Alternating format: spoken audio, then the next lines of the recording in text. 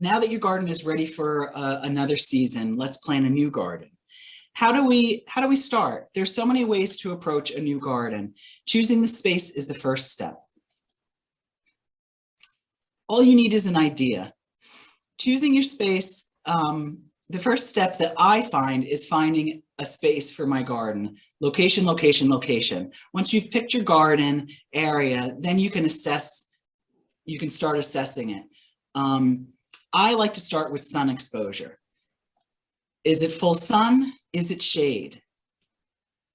So often we think that a garden, oh, it's full sun, it's full sun. I hear it all the time when I go assess a site with someone who's full sun, when it's really full shade or part shade or, not full. So knowing that, how to determine the lighting. I find this as a really good guide. Full sun is 6 or more hours of direct sun per day. Part sun is 4 to 6 hours of direct sun, including some afternoon sun.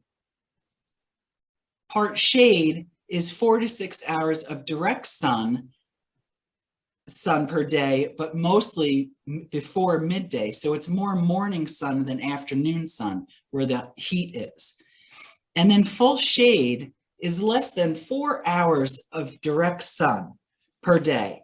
Now, I always thought full shade was no sun at all, just complete shade. And that is as well full shade.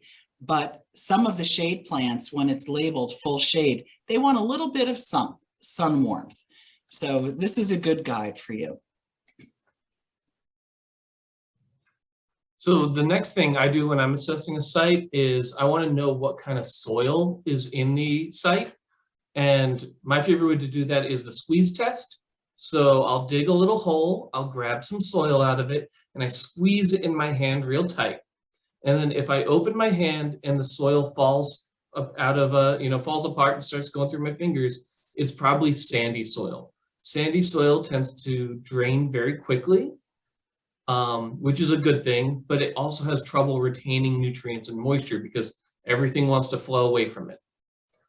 If you have that ball in your hand and you open it up and it stays a ball, but you prod it with your other finger a little bit and it falls apart, then it's most likely a loamy soil, which is pretty ideal because it retains moisture really well, and also retains nutrients, but it doesn't stay soggy all the time like the next kind of soil, which if you hold that ball and then you open your hand and you prod it and it stays a ball, it's mostly likely clay soil, which is very nutrient rich, but it doesn't drain very slowly. So it has other problems where some things like to have wet roots, but a lot of plants don't like that. They want good drainage. So it's going to help you determine what kind of plants you're going to select.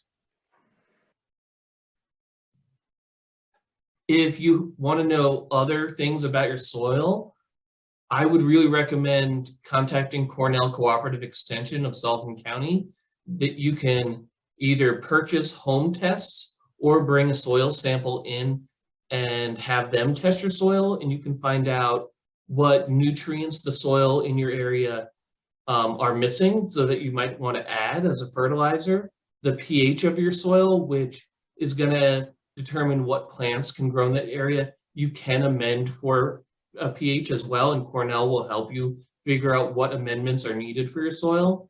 And they also do, if you're planning on doing food gardening, I really recommend you get the soil tested for heavy metals, especially lead, because you don't want to be growing in soil that has that. It'll move up the plant and into the plants. It depends on the plant how bad it is for you, but if you have contamination, you really don't want to be growing food in it. Another thing to be looking out for when you're assessing a site is the soil compacted from recent construction or from walking paths? If you're walking on it a lot, it'll compact. It's very hard to get a shovel in. You'll figure it out pretty quickly, like this is hard packed soil. And it makes a difference of how you're going to approach building a garden in the site. There's always other things that are pre-existing in your garden. One of them would be like plants and trees that already are there that you might want to remove, but really the best thing to do is identify what the plants are first, because if you just ripped it out, you might realize later on that you want that plant.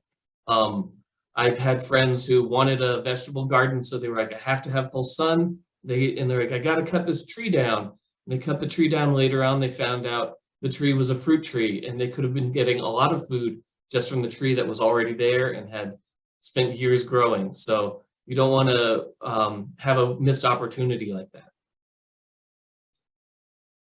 There are also pre-existing power lines that are above your head or underground. There's sewage lines, gas lines, all those kind of things that you have to be worried about when you're digging in especially a more dense area. I would recommend calling 811 DIG, and they'll help map out all the underground obstacles that you have, because it's better to be safe before you hit the wrong thing. Do you have a water source? So many times we forget to check for the water. So do you have a spigot? Is there a hose? Do you have a rain barrel? Do you have access to water in any fashion? Does your group have a water truck or a gator? Will the town water for you? Water is an important factor, like I said, that we tend to forget when we're planning a new garden, especially if it's with a group or a different location. After completing your site assessment, you may discover that the site would be better off creating raised berms or bermed gardens rather than planting directly into the soil. So Alan touched a little bit about compacted soil. Here's an example where Callicoon wanted to put a nice native planting in this existing parking lot. So obviously they couldn't dig in that because it was very compacted. So they added 2 raised beds and they added a lovely garden. Here in Grahamsville, they added on the side of a bank tiered gardens, and again, added these lovely gardens that they may not have been able to plant in. This below photo that is also in Anne Louise' background is the 4-H in Coshecton, I believe.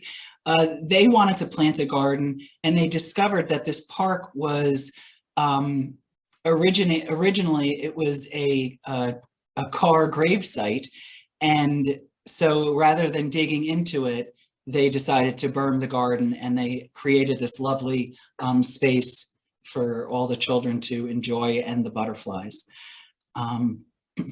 Growing plants in the right place is really important to keep them happy. So you want to look at their little tags and read them and make sure that it will fit your site.